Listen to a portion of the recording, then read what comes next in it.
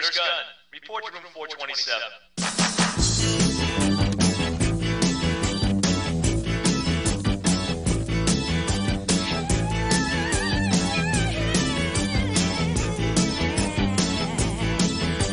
Some days won't be never, and some days passing by. I'll be working here forever, at least until I die. Damn if you do, and damn if you don't. Nurse Gunn, report to room 427.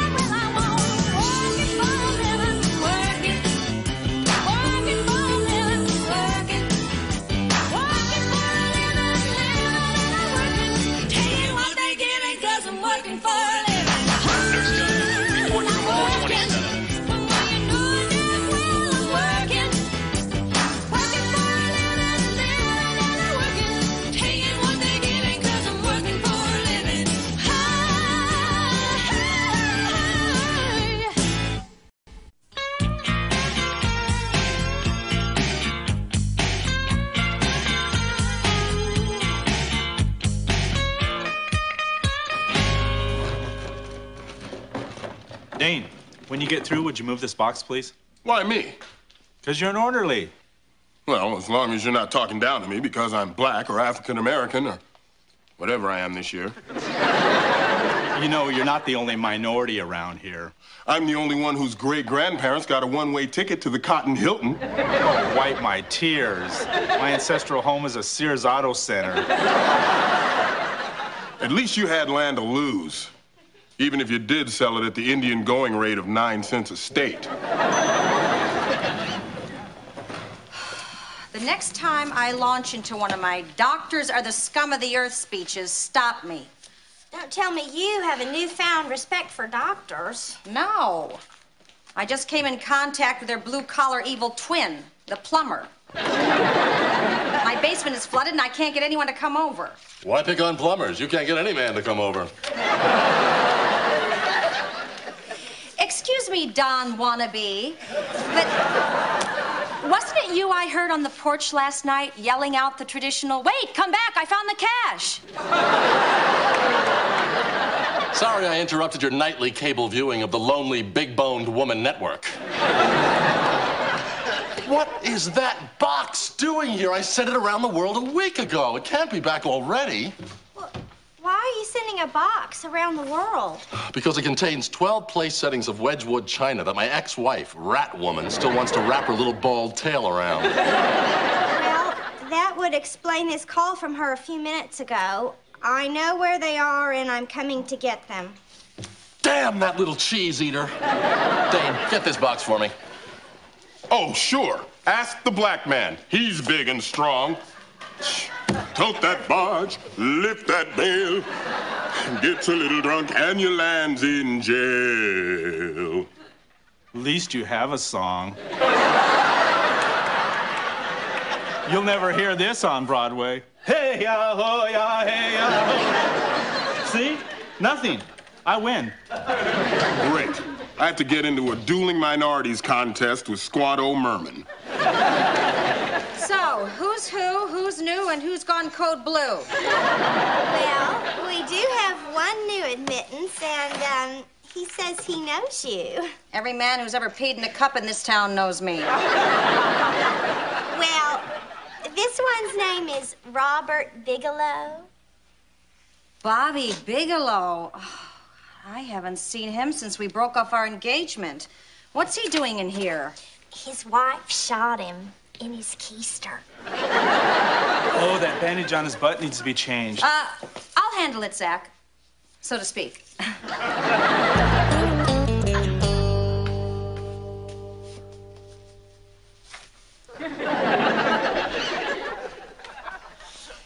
Bobby. Rachel. I hear you got married. To Annie Oakley. She didn't mean anything by it. She was just blowing off steam and part of my butt. She thinks I've become too possessive. That sounds familiar. Mm-hmm.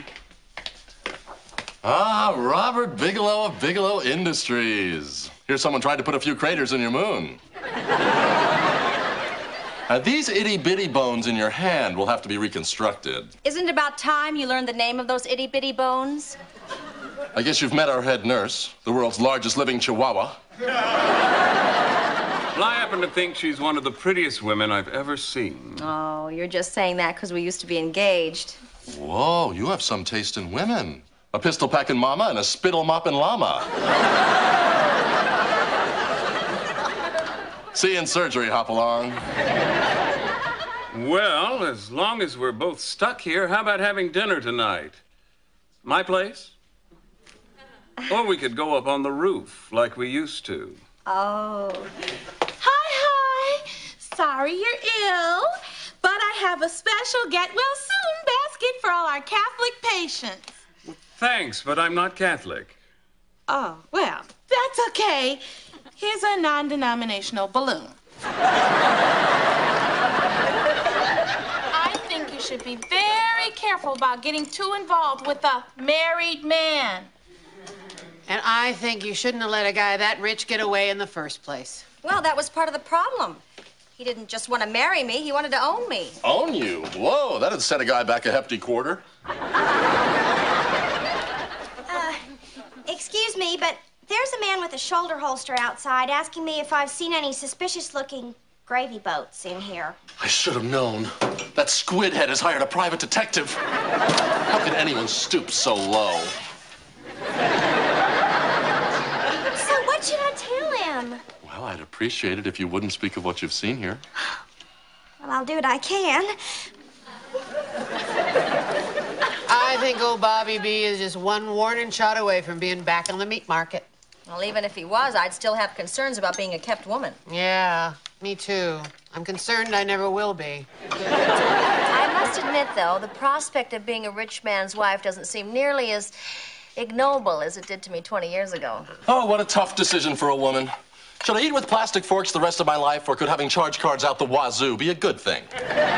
The love of money is the root of all evil, which is why you take a vow of poverty when you become a nun. You take one when you become a nurse, too. You just don't know it at the time. I think I will have dinner with him. Rachel, he's married. I'm talking about dinner, Joan. Not a hot, lusty love affair with kissing and hugging and holding of a man's hot, sweaty body against yours, two hearts racing, two lips meeting.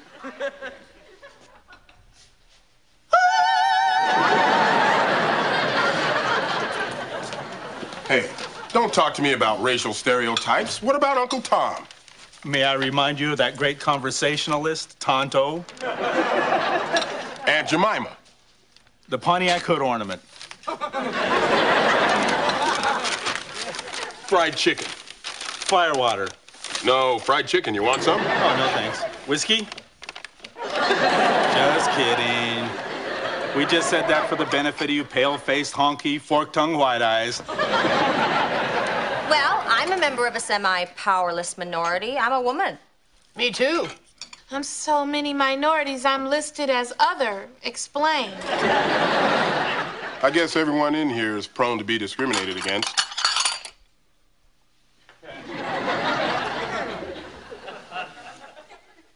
I was a bedwetter.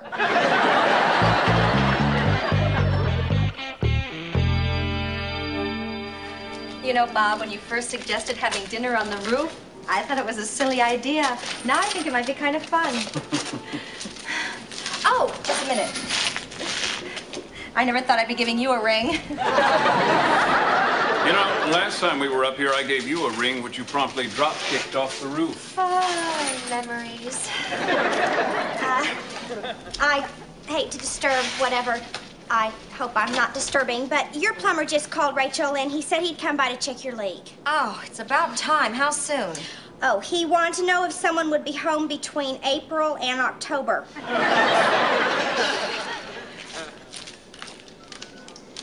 Bill, get a plumber over to 668 Oak Street first thing in the morning. Thanks. I wish you hadn't done that without asking me, but I'm very flattered that you remembered my address. Here's your wine. Jeanette, I thought you said you would recreate a French restaurant atmosphere.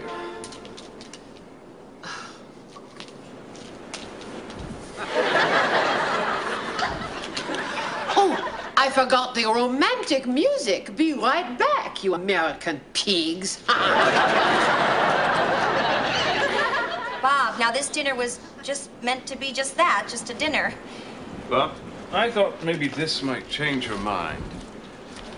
My wife served me with divorce papers today. Oh, I'm so sorry to hear that, I think. Boy, it's a clear night. So clear I can see your hand pulling at my pantyhose. Although I must tell you, I'm not wearing any.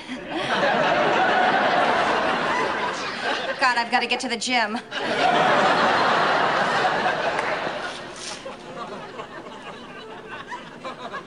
The night is young, the skies are clear, and if you want to go walking, dear, it's delightful, it's delicious, it's lovely. It's delightful, it's delicious, it's lovely.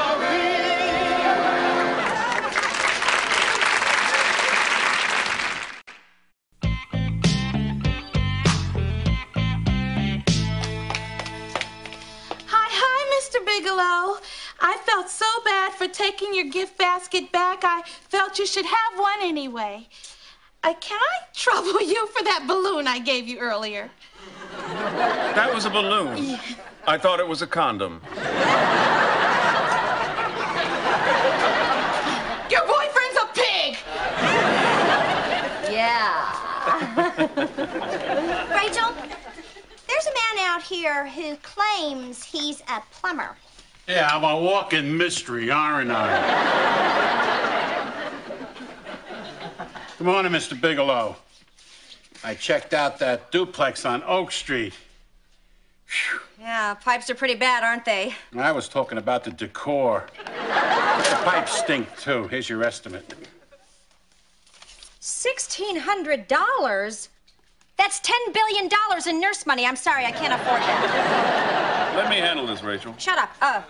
Sweet cakes. What are you doing? Writing a check for $1,600. No. I will not be a kept woman. I have my standards. Up until now, I and I alone have kept a roof over my head, food on the table, and my pipes running free and wild.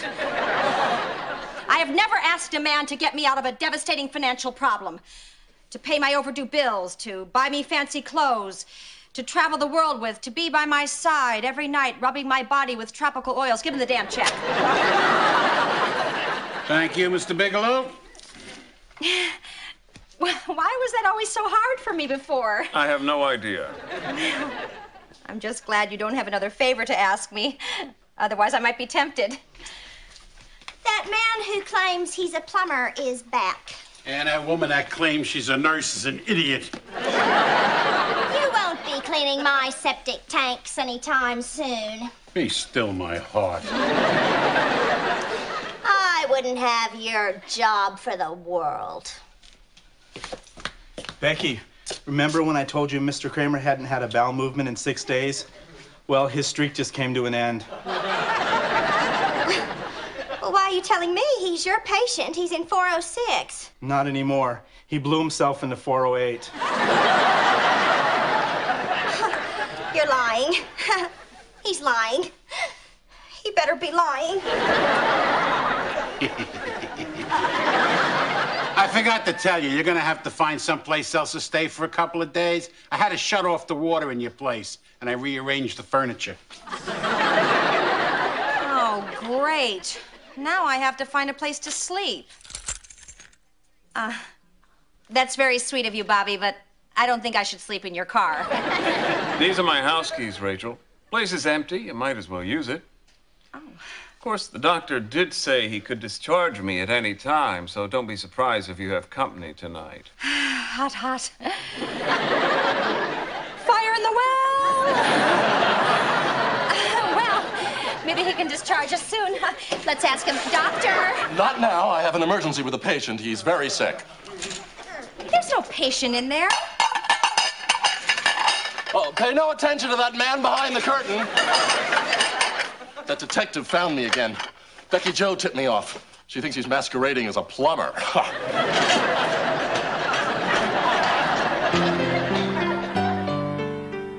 Oh, what a magnificent house. And this is the bath, if you would like to freshen up. Yes, that would be nice. May I take your 1964 World's Fair bag?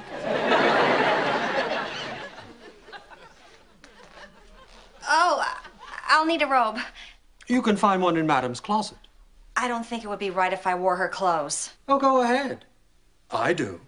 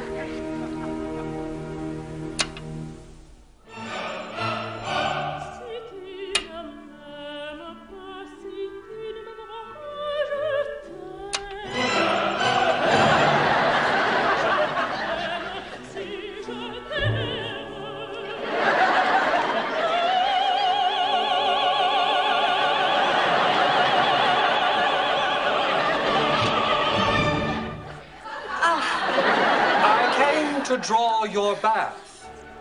I'm sorry, I was making an ass out of myself. Yes, madam. I'll just go back in here and hang this stuff up.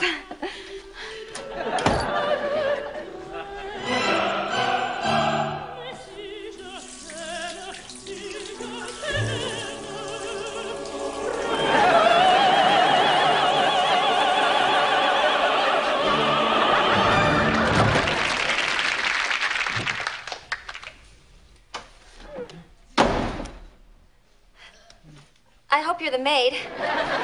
Guess again. Claudine Langer? I'm Robert's wife.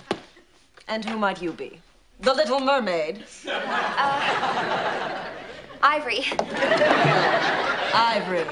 You've got a lot of nerve if you think you can waltz in here and loofah your way into my husband's heart. I was under the impression that you were getting divorced. Oh, that. I've changed my mind. Well, you'd have to be an idiot to give up all this. I left Robert because I felt he was smothering me. I had no identity of my own. It was always Robert and Mrs. Bigelow attend black tie function. Robert and Mrs. Bigelow jet to the south of France. Robert and Mrs. Bigelow bought a yacht and elect to put it on. Is that a fact? Of course, Rod did try to find me a hobby. He taught me to shoot.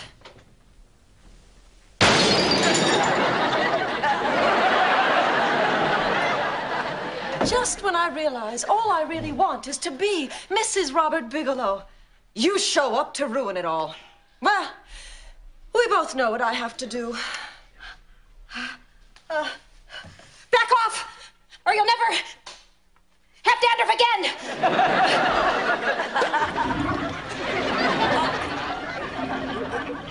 Darling. Yes? Evelyn. Rachel. Ivory. Ivory. Ebony? Oh, darling, I'm so sorry I left like a shot and shot when I left. Can you forgive me? Of course, my impetuous little bullet bunny. You forgive her? You forgive her? She marries you for your money, she fights with you, she spells out Jacoby and Myers on your backside, and you forgive her? She has really big gazongas. Oh, you're hurt. Let me nurse it for you. I'll call the butler for some Band-Aids and sherry. Rachel, I hope you understand. Is there anything I can do? Oh, it's all right. Just give me a towel. Of course. towel would be nice.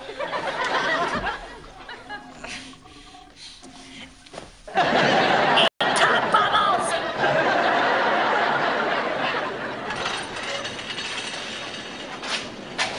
Oh, will you shush? Rachel, you're here. Now I have to kill you. Why? Everyone knows you hid your stupid dishes up here. That's not why. I just always wanted to kill you. What are you doing up here anyway? Well, I've been thinking. I've been spending a lot of time and money keeping these dishes away from my ex-wife, even though they really are hers. It's become quite a burden. I'm a doctor, damn it, not a busboy. So I told her to meet me here at 10 o'clock and pick them up. What a mess. Sometimes I wish I never got married.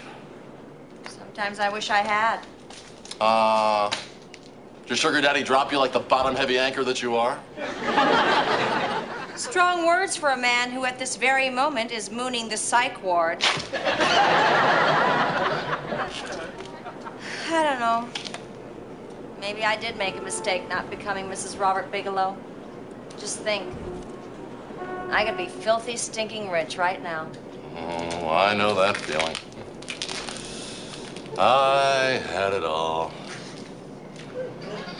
2-car garage, hot tub. Then one day I realized Little Miss, if I could move, I would move, was seeing other men. Came home one evening and found her smoking in bed without a cigarette. Oh, look, there she is now. June Cleaver's evil twin, Meat Cleaver. Sheila! Sheila! We're right there! I'm sorry I have to give these dishes back to her now. I've grown quite attached to them. Well, give them back to her. Why should I? Because you once loved her enough to ask her to wear your ring, to be your wife, to look at you naked without pointing and giggling. Do it for that one brief moment when you were in love. You're right. I'll help you. What are you doing up there? Can't be with a good-looking nurse. There isn't one at this hospital.